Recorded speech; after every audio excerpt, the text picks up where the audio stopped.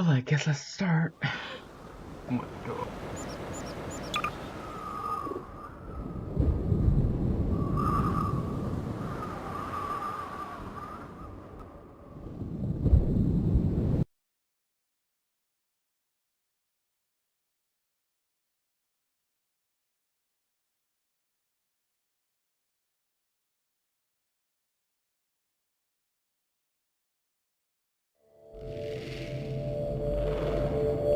Rise and shine, Mr. Freeman.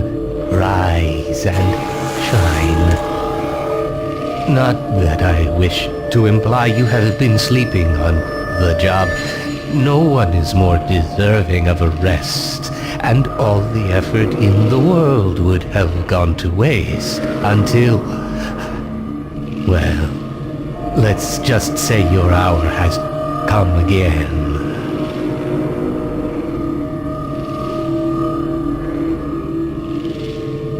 The right man in the wrong place can make all the difference in the world. So wake up, Mr. Freeman. Wake up and smell the ashes.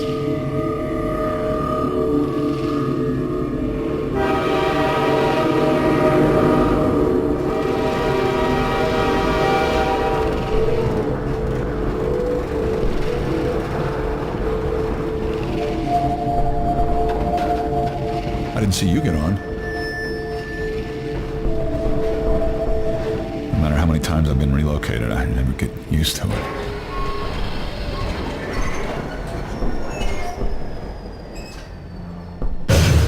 Well, end of the line. I'm Gabe Newell, and welcome back to Half-Life 2. It's been a long 20 years since its release. In this anniversary update, we've tried to respond to as many of the community's requests as possible. And while this might not be the absolute #1 request from fans, I often hear how much people would like a commentary mode, so we're excited to finally make that happen. Not only was it a challenge to remember many of the details of Half-Life 2's development, but it's not easy to crack open decades-old computer code and wonder what the hell you were thinking way back then. Along with the dev commentary, we've cleaned up a bunch of old bugs and tried to leave things in better shape than we found them. And at least this time, we had the luxury of knowing how things turned out in the end. To listen to a commentary node, put your crosshair over the floating commentary symbol and press your use key. To stop a commentary node, put your crosshair over the rotating node and press the use key again. And please, let me know what you think. You can reach me at gaben@valvesoftware.com. Thanks, and have fun. Oh my god, it's real.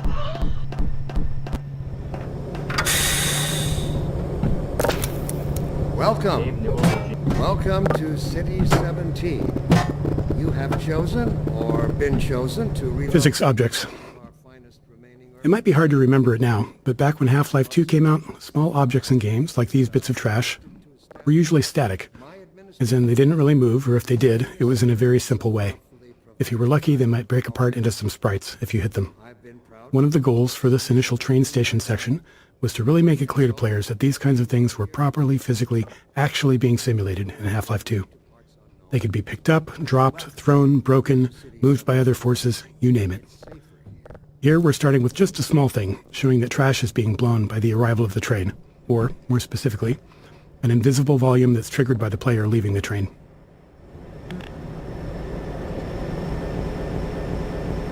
Train station. The beginning of a Half-Life game has a big job to do. We have to introduce players to a new world while teaching them how to interact with it. Players need to quickly grasp what's happening, who the key players are, what threats they face, and how they fit into it all. Above all else, it has to be as fun and interactive as possible. Nailing this takes a lot of iteration and playtesting, especially on the small moments that make up a bigger picture of the game. In this section, we'll highlight some key moments, game design problems, and a few playtests where things didn't quite go as planned. in the Citadel Social Security provided by our benefactors. I've been proud to call City Sweeping Vortigaunt. Another key moment of storytelling and another nod to the physics system. Here, we're showing how Vortigaunts fit into this new world, which is a big shift from their Half-Life 1 role as enemies. Like so many moments in Train Station, the sweeping Vortigaunt came from our constant hunt for ways to show characters interacting naturally with the physics system. Why just tell players Vortigaunts are friendly now, when you can show one casually sweeping the floor and knocking around some simulated objects? Nothing signals, hey, don't shoot me this time around, like someone willing to tidy up.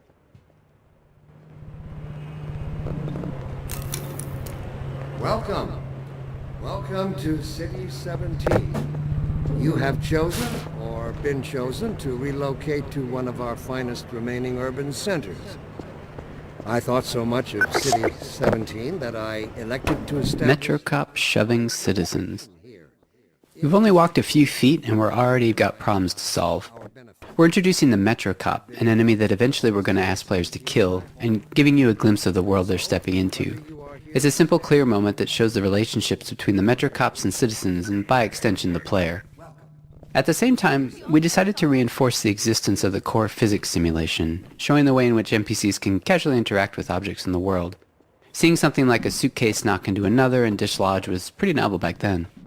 These moments at the train station, where we combined multiple goals, were the most successful. They felt natural, like the game wasn't pausing just to teach you a lesson.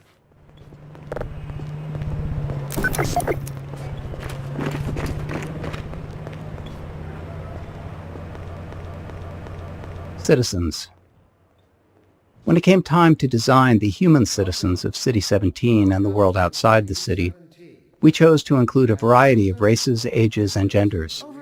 This not only provided narrative context for the Combine's enslavement of all of humanity, but it was also important to us that anyone playing the game could see themselves represented in the Resistance, with everyone on Earth united against the Combine. While we found a number of candidates to use as reference when creating these citizens through our daily lives and connections, we ultimately resorted to advertising in the Seattle Times classifieds to reach the desired range of faces that we'd envisioned. It's safer here. Watch it, will ya? Citizen.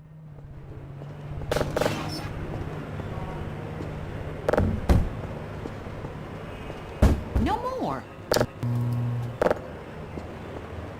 Hey, cut it out.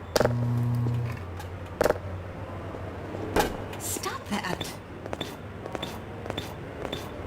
Natural storytelling. To achieve our world-building and storytelling goals throughout the train station, we needed a natural way to deliver dialogue without it feeling too gamey or requiring tutorials. We noticed players often approached NPCs to get a closer look, so we turned that into an opportunity for the NPCs to acknowledge the player and deliver their lines. This kept interactions low-key, which was essential since the citizens aren't exactly too cheerful or lively. The simplicity of this approach also aligned with one of Half-Life's core storytelling goals, making the narrative responsive to the player's interest. Some players want to dig into every detail, while others just want to know what to do next. Giving players control over how much story they want to engage with, without it blocking progress, is a goal we always try to maintain in a Half-Life game. Plus, the less complicated a feature is to implement, the more of it we can include. Don't drink the water. They put something in it to make you forget. I don't even remember how I got here. Welcome. Welcome to City 17. You have chosen, or been chosen, to relocate to one of our finest remaining urban centers. I thought so much of City 17 that I elected to establish my administration here, in the citadel so thoughtfully provided by our benefactors. I've been proud to call City 17 my home. You never see them go. And so, whether you are here to stay or passing I see they through took on your way suitcase to too. parts They can't get unknown, away with this much longer. welcome to City 17. I'm working up the nerve to go on. No more. I'm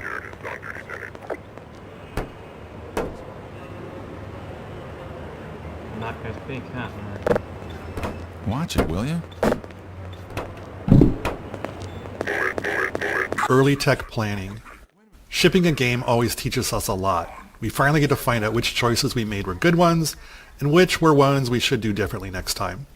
So after Half-Life 1, when we sat down to start thinking about what kind of sequel we could build, we had all kinds of player feedback to digest. From it, we tried to build a master list of things that Half-Life 2 was going to focus on. We didn't try to design a specific player experience. Instead, we found it more useful to approach the question from a technological standpoint. Black Mesa's security guards and scientists had worked well. What could we do if we pushed it really, really hard on characters? We liked our interactive storytelling. What could we build that would allow us to do even more of it, and a greater variety? The exploration and interaction with the Black Mesa was compelling to players. Maybe a physics system would allow us to take that further. In all these areas, we tried to imagine the best version of it could look like years in the future, and back solve from that a set of technological steps that might get us there.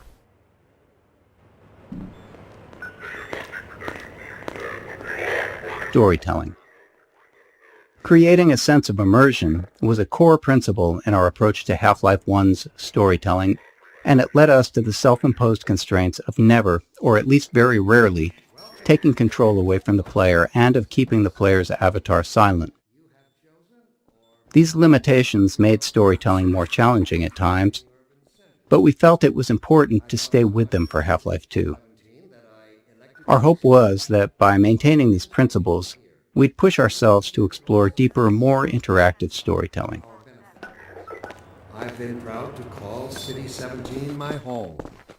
And so, whether you are here to stay This must be a mistake. I got a standard relocation coupon just like everybody else. Characters. In Half-Life 1, security guards and scientists could best be described as archetypes, not individuals. They were abstractions of characters that matched the visual fidelity we could achieve at the time. But as our technology improved with Half-Life 2, we saw an opportunity to move beyond abstractions. The increased visual fidelity of the character models, combined with improvements in animation, made us believe we could focus on creating individual characters, people you would actually care about. We allowed ourselves to write real dialogue and have characters deliver it in a way that felt realistic enough for players to not think about them as pawns in a video game, and hopefully propel our narrative forward. In 2001, a couple of years into development, we were energized by Japan Studios' Ico. Directed by an animator, it blew us away with its reliance on characters as the key connection to the player, giving us the courage to keep pushing forward.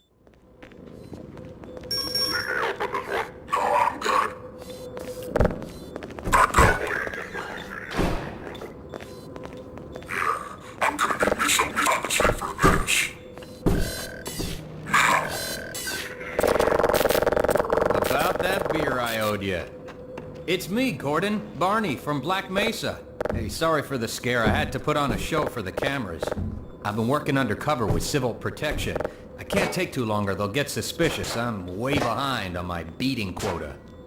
Yes, Barney, what is it? I'm in the middle of a critical test. Sorry, Doc, but look who's here. Gordon Freeman! I expect more warning. Yeah, you and me both, Doc. He was about to board the express to Nova Prospect. Well, Barney, what do you intend? I'm thinking. Alex is around here somewhere. She would have a better idea how to get him here. Well, as long as he stays away from checkpoints, we should be okay. Listen, I gotta go, Doc. We're taking enough chances as it is. Very well. And, Gordon, good to see you. Okay, Gordon. You're gonna have to make your own way to Dr. Kleiner's lab. Oh, man, that's what I was afraid of. Get in here, Gordon, before you blow my cover.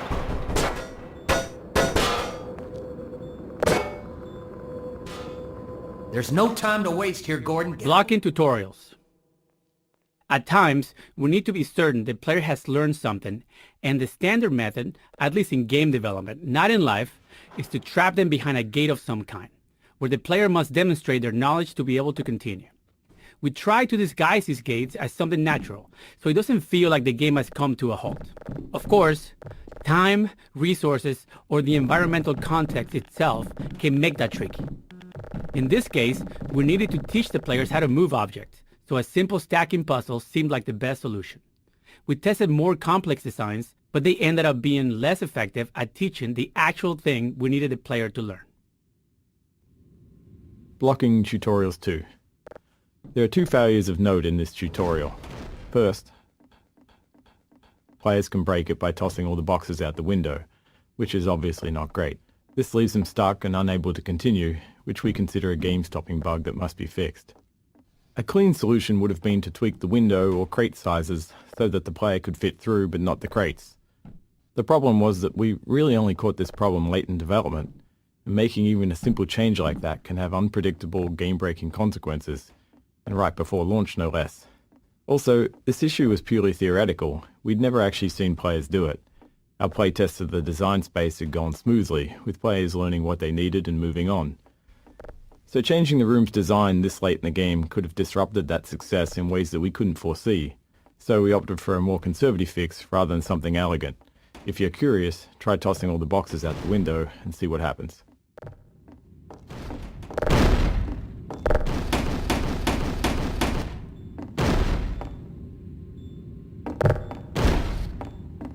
Blocking Tutorials 3. The second failure in this tutorial space is a case of misteaching, where we accidentally teach the players something we didn't intend. This can be hard to avoid without extensive playtesting, since the game is always teaching, even when it's not by design. We cover a more extreme example of this later in Train Station.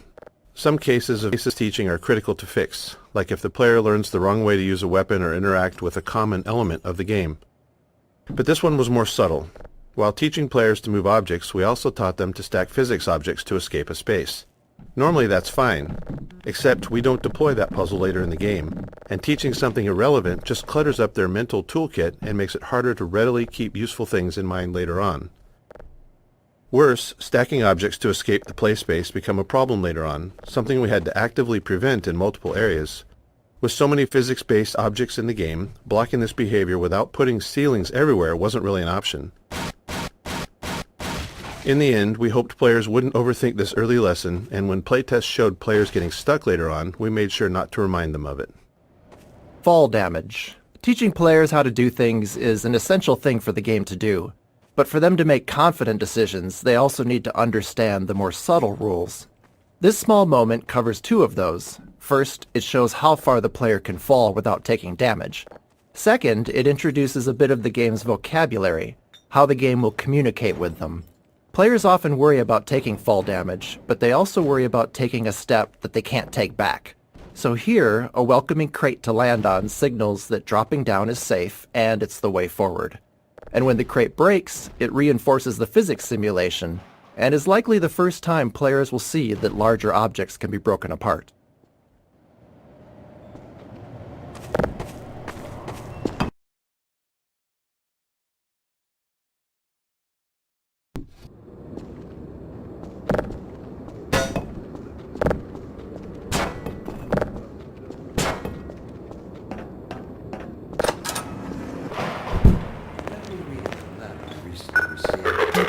Pick up that can. Contextualizing tutorials, creating a story scenario in which they happen, lets us do more than just stop the game to teach players something. We get to add narrative value to the moment. Here, teaching the player how to throw objects is combined with a narrative setup that gives them a choice in how to respond. After watching the Metro cops casually abuse citizens, it felt right to put the player in a similar position next. If they had opinions on how the citizens should have reacted, now they get to express them. Playtesting showed most players either complied or refused the request to pick up the can, but some tried to avoid the confrontation entirely. Others would comply initially, then retaliate after feeling humiliated. By keeping the moment relatively constrained, in both terms of player actions and the space itself, we could generally react appropriately to whatever choice they made. First, let us consider the fact that for the first time ever, Playtesting. Playtesting is a core part of how we make games. We can never fully predict how players will respond or what they'll take away from what we've built. So we test to learn and hopefully improve. During a playtest, we don't guide or talk to the player, even if they're stuck, as it's extremely unlikely that we'll be sitting there next to the player once the game ships. Our goal is for testers to forget that they're playtesting altogether and play as if they're at home. Any interruptions risk skewing the data, so we only step in if there's a bug that's blocking progress, or more rarely, if their behavior is so confusing that we need to understand what they're thinking. Coddled us and kept us safe in those hard-scrambling years. Early in a Half-Life game, one of our goals is to make promises to the player, giving them a sense of what to expect later on. From movies to TV shows and books, all great entertainment does this in some way, and video games are no different. The promises in a Half-Life game can take different forms. Some are simple, like offering just a glimpse of something intriguing. Others are more layered, like the interactions with Metro Cops. By putting the player in a powerless position against them, we set the stage for that future moment when they can finally get to retaliate.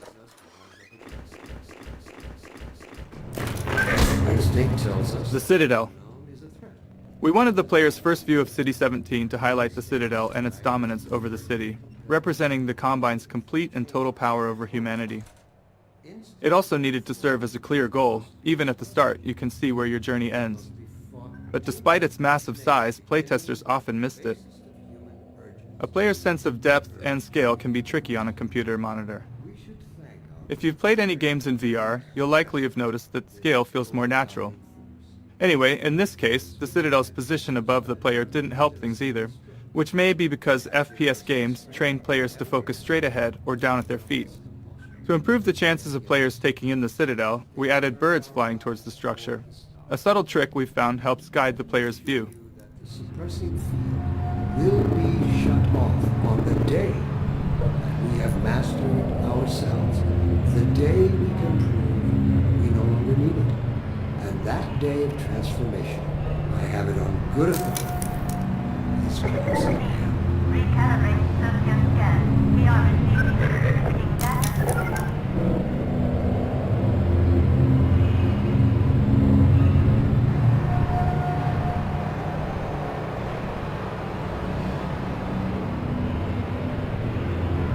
I'm back.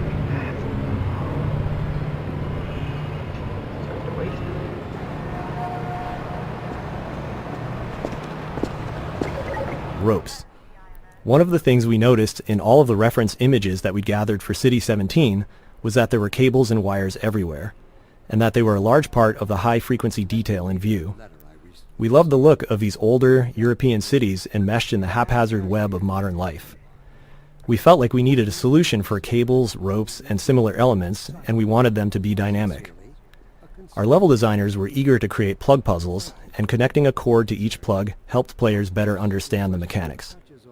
Early in production, we built a rope system and iterated on it throughout development. Under the hood, each rope is made of multiple segments stretched between the two endpoints, and they can move independently. Each segment acts like a spring and responds to forces in the game, such as a gentle wind or the passing of a Combine gunship overhead.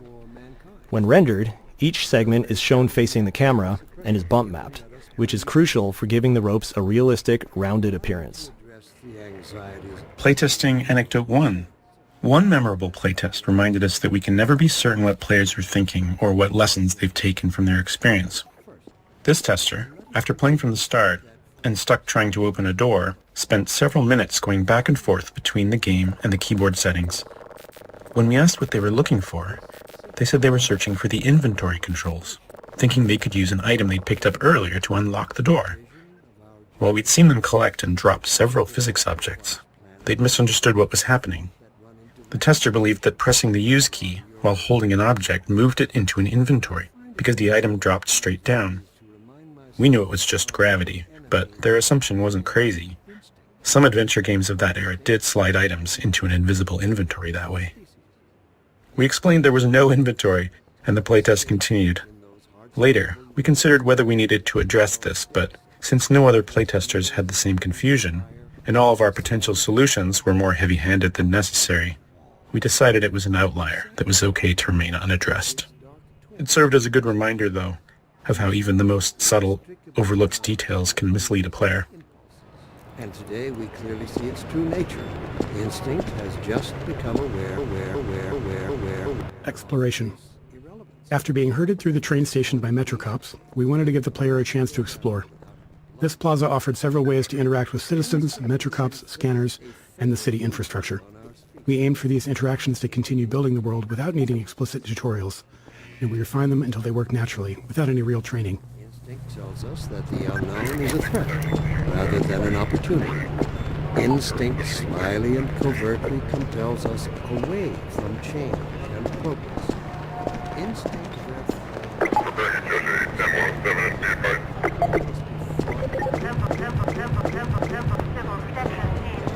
Strider. This simple moment is a promise that you'll encounter this enormous thing later in the game. Even an uncomplicated scene such as this really does require a lot of playtesting and iteration because of Half-Life's goal of not taking control away from the player. As you can imagine, it takes a lot of small tweaks to ensure that as many players as possible are looking at the right place at the right time here. The street layout and the Metrocop scene are all set to guide the player's gaze, perfectly framing the Strider when it appears. Early game exploration. Up until this plaza, the player likely hasn't had to think much about their path, as it's been clear and straightforward. But here, we wanted to encourage exploration, which meant making the way forward less obvious, which can produce a feeling of being lost or, worse, confused, as you might expect. These kinds of shifts can be tough, especially early in the game, when the player is still learning the game's guidance cues. Here, it's further complicated by force-fielded checkpoints, which allow NPC citizens to move through, but restrict the player, leading many playtesters to believe that there was a way to bypass them. Ultimately, it was extensive testing that helped us find the right visibility for the alley forward, using lighting, layout, and a wooden crate, an object players have already used as a sign they're headed in the right direction, all to subtly guide them forward. Closed captions. During Half-Life 2 development, we were approached by folks interested in accessibility who encouraged us to go beyond the subtitle system we had built for Half-Life 1. They requested a full-featured closed caption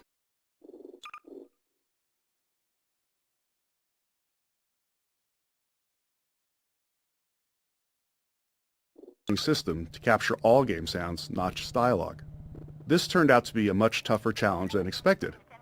Half-Life 2 produced a wide variety of sounds, and categorizing them for captions was crucial. Prioritization was also key. Dialogue needed to stand out, and it had to be clear who was speaking. Ambient sounds, like distant combat, were important for setting the mood in some levels, but less so if there was an enemy shooting nearby. Our level designers also often reuse sounds in different contexts, so sound might require captioning in one area, but not in another. Ultimately, every sound in the game ended up with its own caption data, formatted almost like a small version of HTML, giving us control over the visual style of each caption.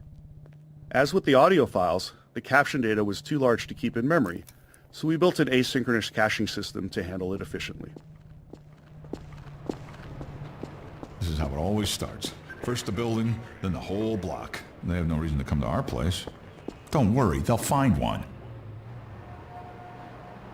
Ooh, better closed caption as well. Something good food. Yeah, that's cool.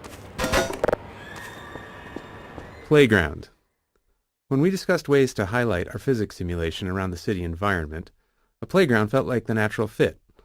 And for players paying attention to Dr. Breen, it's also a reminder of the cost of humanity's surrender to the Combine. We chose a few playground structures with interesting physics potential and began tuning them. Even with the advanced physics simulation we had at the time, setups like this always required hand tuning, as we had fully simulated objects interacting with non- or partially simulated ones, such as the player or static world geometry. It might be easy to assume that a simulation can carry a lot of the load of implementation, but even now, 20 years later, that is rarely the case. Back when we were working on the playground, late in development on the game, we couldn't get the friction on the slide to feel right, so we decided to break the ladder so the player couldn't get up there. However, you still can just walk right up the front. As is commonly the case, you, the player, get the last laugh on us.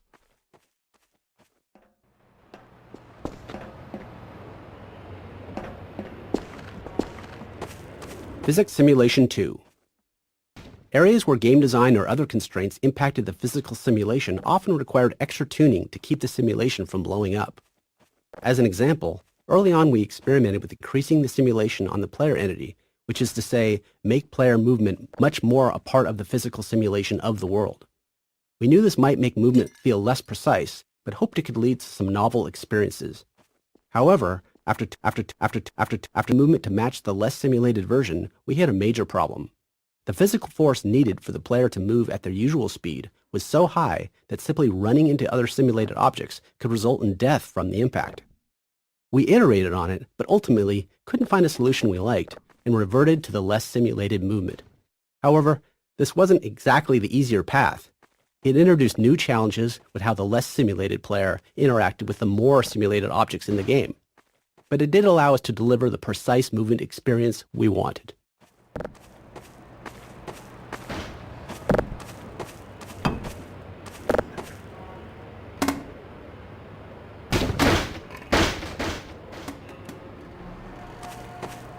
Crate Baby. This small baby doll has a long legacy. Crate Baby. Crate Baby. This small baby doll has a long legacy. During the long months of internal testing, some of the team turned it into a challenge, a way to make the 47th playthrough of a game a bit more fun. They'd place the doll inside of a nearby blue crate and see how far they could carry it throughout the game. After Half-Life 2 launched, the community started carrying Crate Baby as well, adding their own stories and rules to the mix.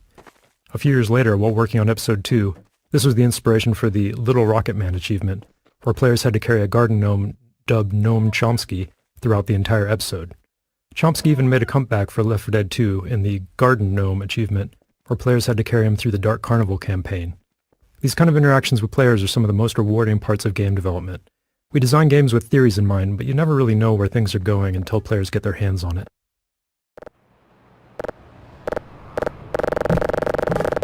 Physics simulation. Even though we began Half-Life 2 with a functional third-party physics simulation, it still took us years of additional work both on the simulation itself and its integration into the game until we felt like we could meet our designers' ambitions. Maintaining a shippable level of quality and performance was something we knew would be a challenge along the way, but the more subtle issue was actually figuring out what to simulate and to what extent. We can't simulate everything, and even if we could, there are game design reasons why the experience is better when we don't. In many cases, we deliberately bend the simulation to improve the player's experience. These adjustments usually go unnoticed because they align with player intentions. For example, we disable collisions between the player and large objects to let them turn in narrow spaces. Or we tweak the Combine rifle's alternate fire to gently guide the Combine ball toward enemies, making it more effective. Oh, that's why it's so good. Oh, that's cool.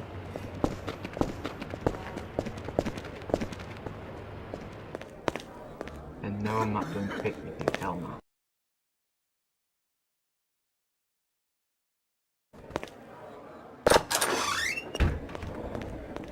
Materials and shaders. Half-Life 2 came out in the midst of a significant shift in 3D graphics, where the industry moved from textures to materials and shaders. In Half-Life 1, every surface had a texture, essentially an image wrapped onto the polygons of the surface. But by Half-Life 2, just 5 years later, every surface had both a material and a shader. The shader was a lump of code that customized how the surface was rendered. The material defined properties for how the surface behaved physically and how it responded to gameplay features. It also held references to textures and other parameters for the shader to use for rendering. As a result, artists and designers had much more control over how things looked and behaved. However, this came with a trade-off. Half-Life 1 could run on a computer with only a CPU, but Half-Life 2 required a GPU because the computations needed for materials and shaders were specifically designed for GPU hardware. The refracting glass door here is a clear example of a custom shader, but every surface in the scene is actually running a shader of some kind.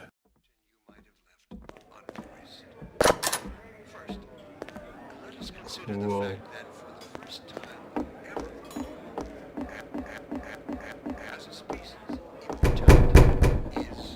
Cube maps. With the addition of materials and shaders, we needed a solution for reflective surfaces like glass and steel. These surfaces had to know what to reflect, but in 2003 we couldn't do any of that rendering in real time, so we developed the cube map system for pre-computed reflections. A cube map is a set of 6 images on the inside of a cube capturing the environment in every direction, like a panoramic photo that surrounds you on all sides. Level designers placed invisible marker entities throughout the levels, and during map compilation we generate a cube map at each marker. Then, during gameplay, when rendering a reflective surface, we locate the nearest pre-computed cube map to create the reflection.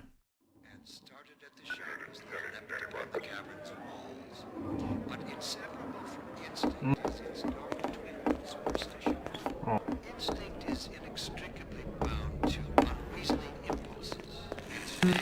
See its true nature. Instinct has just... Cut it out! Field of view. In Half-Life 1, we used a 90-degree field of view, or FOV, which was fairly standard for first-person shooters at the time. But during Half-Life 2's development, we grew unhappy with it. With our game's focus on characters, we'd put extensive effort into detailed facial and body animations. But the 90-degree FOV just didn't allow players to get close enough to fully appreciate that detail. So we began experimenting with a tighter FOV, and ultimately landed on 75 degrees. It took some adjustment for both us and players, and it required an additional FOV for view models, which are the player's weapon, held at the bottom of the screen. Their models were originally built with 90 degrees in mind, so they looked distorted at 75. But this change succeeded in doing what we wanted, putting our characters front and center in the game.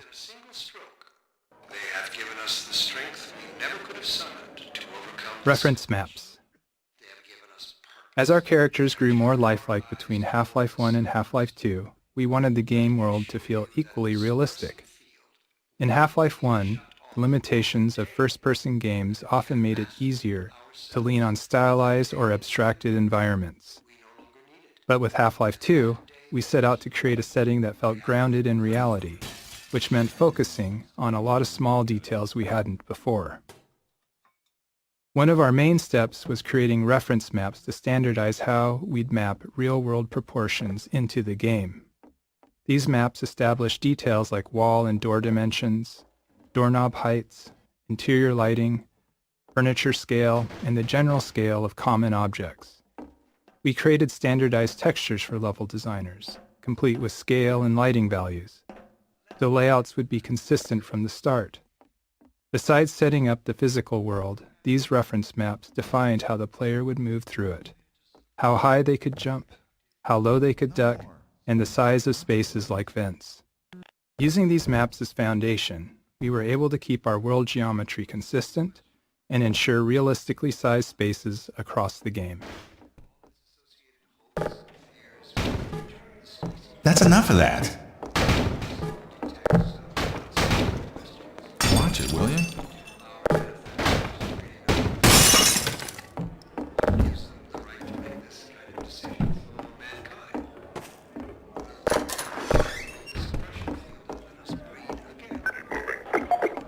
I can't take it anymore. Oh, it's gonna be okay. What are we going to do? You'll think of something.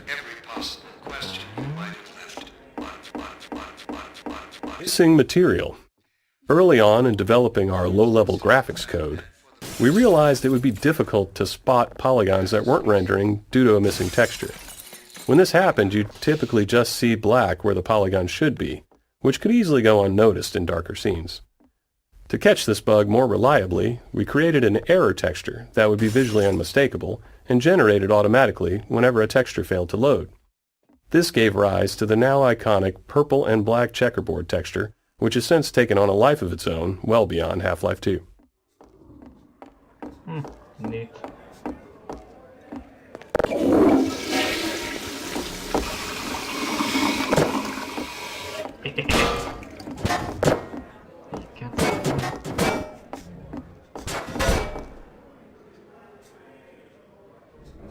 Or maybe you can. That's fair enough.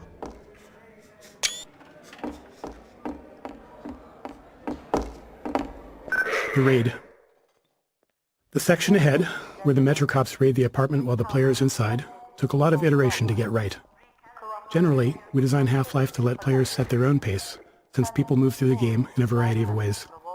Some players run, ignoring anything that doesn't seem like a threat, while others methodically poke at everything. So whenever we need to force a specific pace, it's always a challenge to ensure players perceive that pace and naturally play along. Since this is the first time we do this, we had to put in a lot of work to make it clear to the player that they needed to move quickly, and there's no time for exploration here. The Raid 2. In addition to making sure the player felt the pressure to move forward, we had to ensure the raid itself was foolproof. There couldn't be any way for the player to avoid it or double back past the Metro Cop. The real challenge wasn't that players would try to break the scene, but that many would panic and run in random directions once they realized they were under threat for the first time. This moment requires a delicate balance. We wanted a heart-pounding escape, the sense of real danger, but we wanted players to make it through on their first try and feel like they escaped by the skin of their teeth. To achieve this, we kept the path ahead clear and reminiscent to the one they had just taken through the previous floor. A series of carefully placed triggers controls the threats appearing ahead and behind, maintaining the pressure while still giving players enough time to stay ahead of their pursuers. Go on!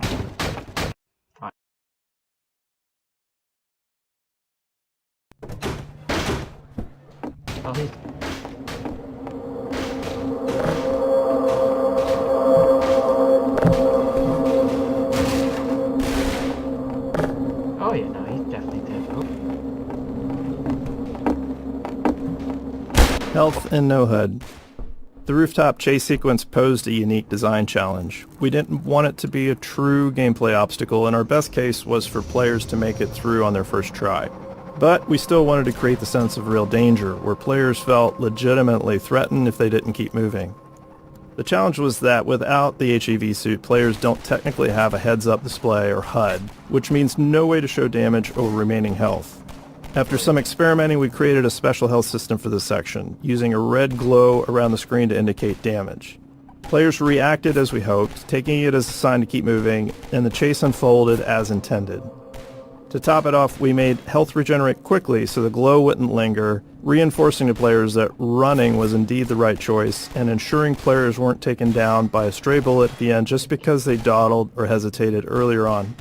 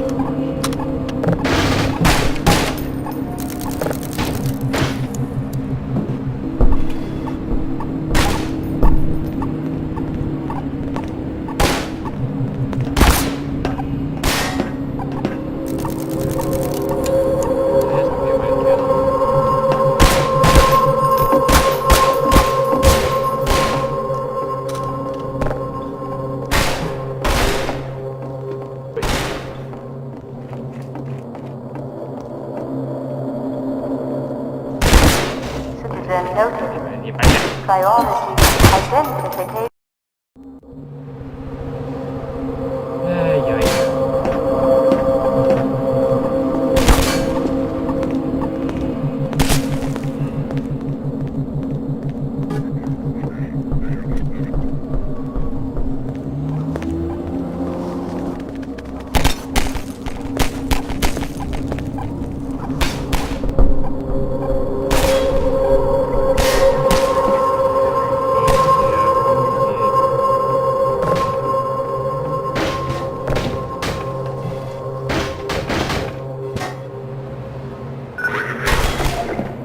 Playtesting Anecdote 2. In the upcoming section, we needed the player to be knocked down so Alex could save them. With limited time and resources, we simplified the encounter as much as possible, reusing existing systems and letting it play out like a normal combat sequence, with a custom event triggered when the player died. After a few playtests to fine-tune the timing, we moved on. But as we got close to shipping, we encountered a problem with a playtester who quick-saved constantly and immediately hit quick load whenever they thought they'd failed. When a Metro cop hit them, they quick loaded before Alex could step in, repeating this more than 10 times before we asked them to stop.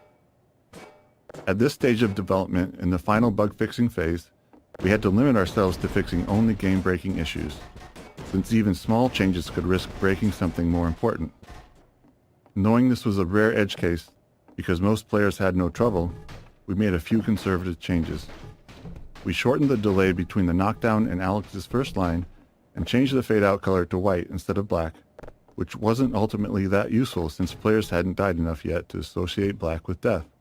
We considered disabling quick load for the few seconds that the scene plays out, but we were worried that could introduce a bug where quick load became disabled permanently.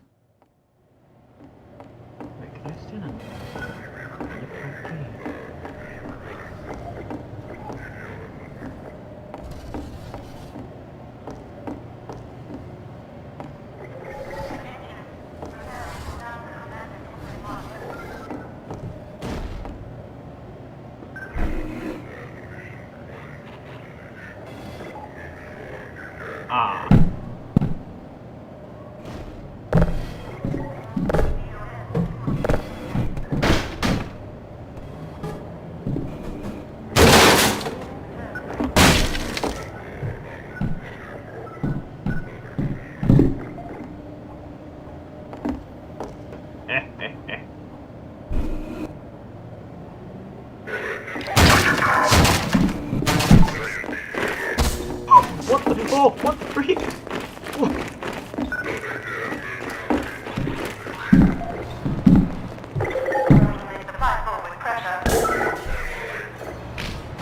No, you don't!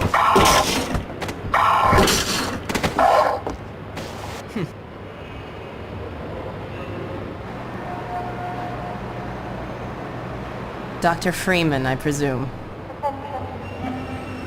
You better hurry. The Combine can be slow to wake, but once they're up, you don't want to get in their way. Dr. Kleiner said you'd be coming this way. I don't think it occurred to him that you might not have a map.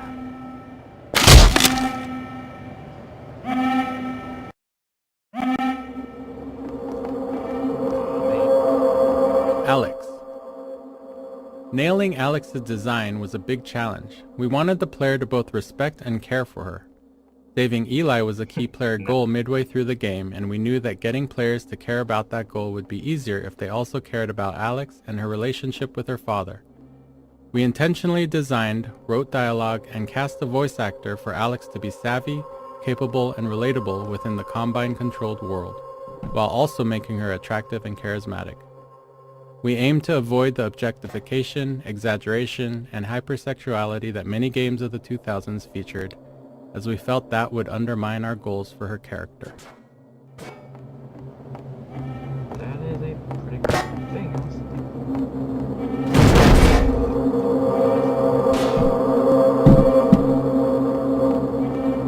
This way, Gordon.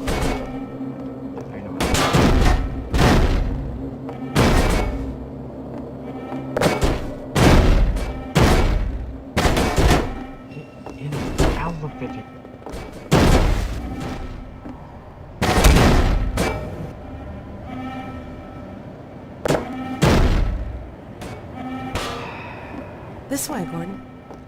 Shut up, Alex.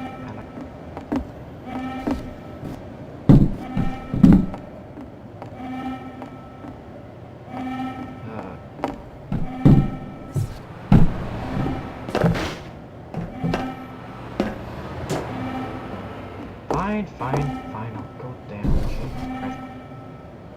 Also, no, I can't see chat. So anything y'all say, I can't see. So I guess it's your own chat. This way, Gordon.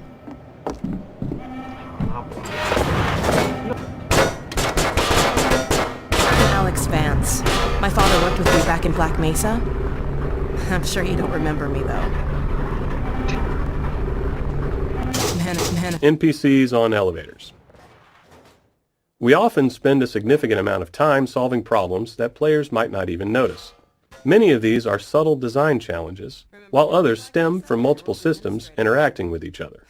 For example, getting non-player characters to ride in elevators posed a complex problem because it involved various systems, NPC AI decision-making, navigation planning, and movement simulation, to name a few. Additionally, the elevator itself had its own simulation requirements unrelated to NPCs. One of the more subtle challenges came from the fact that we simulate NPCs at a slower rate than we simulate elevators. This meant that NPCs on a descending elevator would simulate to make sure they were properly standing on the elevator, and then the elevator would simulate a few times, each time moving further down the elevator shaft, subtly leaving the NPC behind. Shortly after that, the NPC would simulate a second time and pop itself down on the elevator floor once again. You can imagine that it was hard to take Alex seriously when she was constantly falling down in small increments while talking to you. Interactive storytelling. When we started on Half-Life 2, storytelling in games was generally either high fidelity and linear or low fidelity and interactive. We knew players had seen high-quality storytelling in games, but they'd never been placed right in the middle of it, able to watch it unfold around them, interact with it, and examine any part closely. While that goal excited us, we didn't yet know how it would work or what kind of technology we'd need to make it happen. We had built a variety of storytelling technology in Half-Life 1, but it was mostly presented in front of the player and lacked the interactivity and fidelity we were aiming for. You know what? I'll just make a commentary video at this point.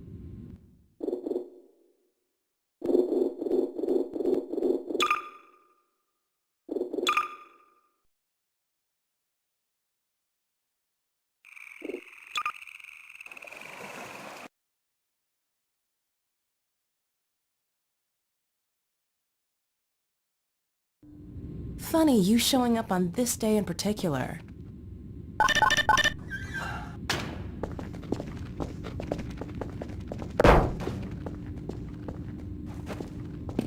We've been helping people escape the city on foot. To my father's lab, through the old canals. Today, we're finally on the verge of having a better way. Here, let me buy you a drink.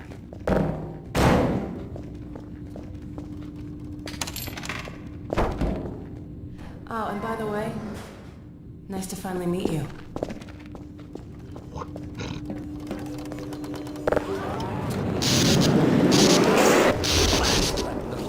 Where did she get to? Lamar, come out of there! Uh-oh, everything all right, Dr. Kleiner? Oh, hello, Alex. Well, almost all right. Uh-oh. Lamar has gotten out of her crate again. If I didn't know better, I'd suspect Barney of... Gordon Freeman. It really is you, isn't it? I found him wandering around outside. Bit of a troublemaker, isn't he? We owe a great deal to Dr. Freeman, even if trouble does tend to follow in his wake. I must say, Gordon, you come at a very opportune time. Alex has just installed the final piece for our resurrected teleport.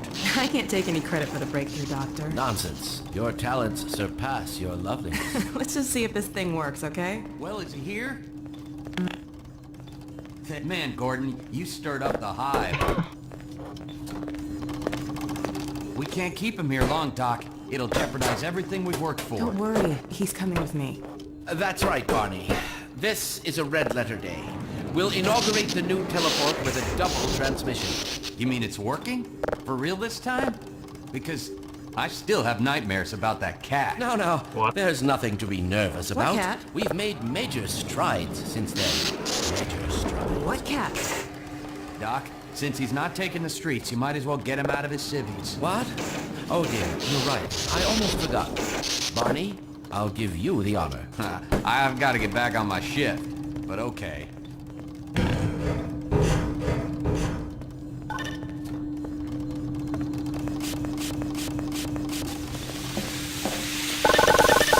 Here we go. Ah! Damn it, get it off me! Lamar, there you are. Certainly not. Never fear, Gordon. She's debeaked and completely harmless.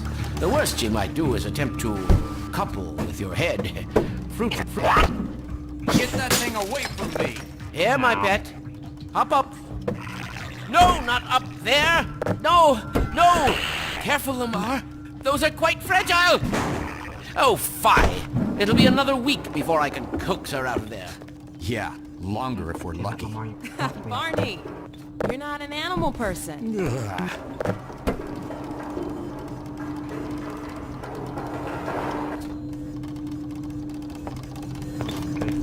Well, Gordon, I see your HEV suit still fits you like a glove. At least, the glove parts do. I've made a few modifications, but I'll just acquaint you with the essentials. Now, let's see. The Mark V Hazardous Environment Suit has been redesigned for comfort and utility. Oh dear. Doc, we don't have time for this. Meanwhile, let's get this show on the road.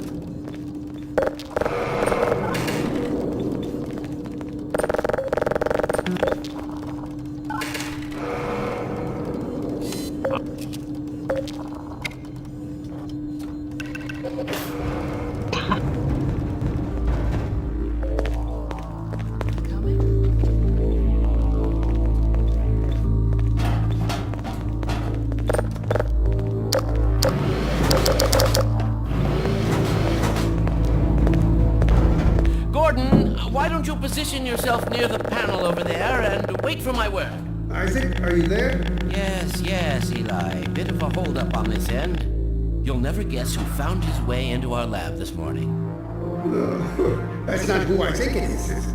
Indeed it is, and it's our intention to send him packing straight away in the company of your lovely daughter. Are you ready for us, Dad? We're all set on this end. Then let's do it. Let's see. The massless field flux should self-limit, and I've clamped the manifold parameters to C base and LT orbifold. Conditions could hardly be more ideal. That's what you said last time. Hey, yeah, about that cat. Initializing in 3, 2, 1. So. Excellent. You gonna let Gordon throw the switch? Gordon, go right ahead. Very good. Final sequence. Commencing now. I can't look.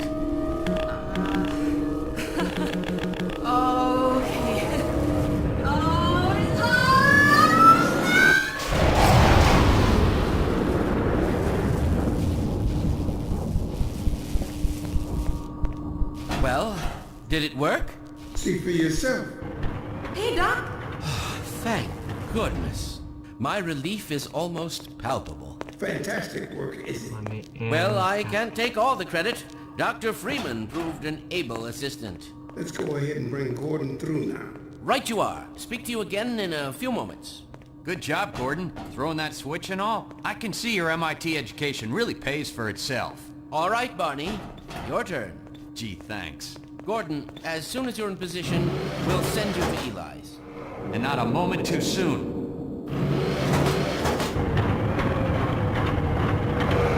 Excellent. Initializing in 3, 2, I could tell nothing's 1. different. Barney, if you'd be so kind. Good luck out there, Gordon. Yes, indeed. We're ready to project you, Gordon. Bon voyage, and best of luck in your future endeavors. Final sequence. The hell? What is it? It's your best freaking headhopper! Mark, Kelly, no!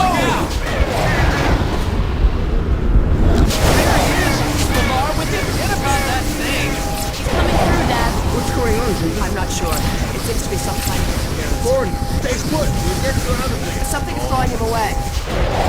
What's the meaning of this? Who are you? How did you get in here?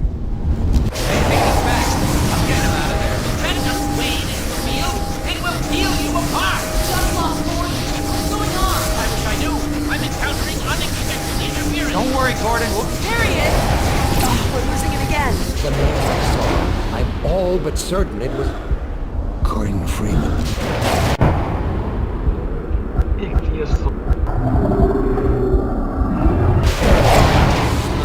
He didn't come through. Then where is he? Behind you. Shut it down. Shut it down. Gordon, you must get out of here. Run! He's down out of sight. I'll come find you.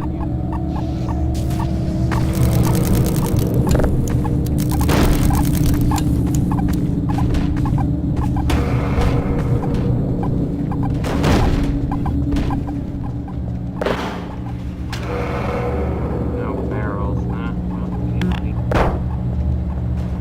little funny glitch.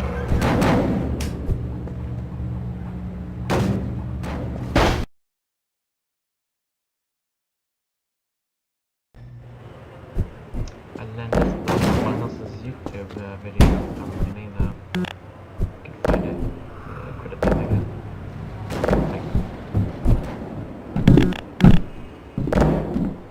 But yeah, this is the Half-Life 2 8th anniversary. One day before happening. Seems that Valve won't release it now.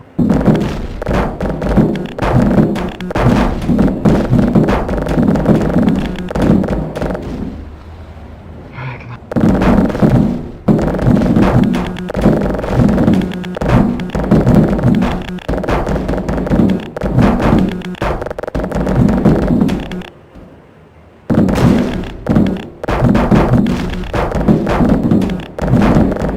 That was great.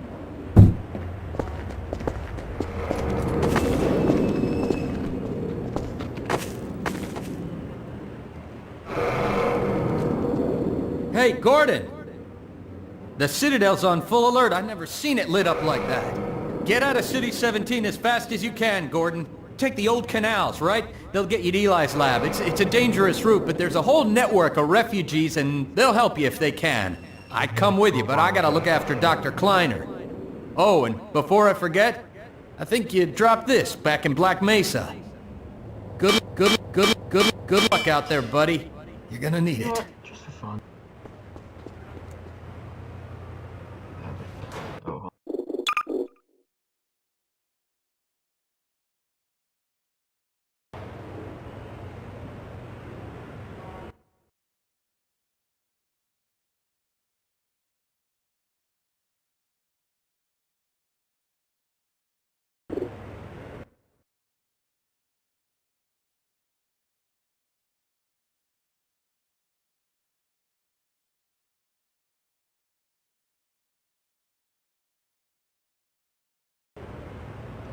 Well, should be fun.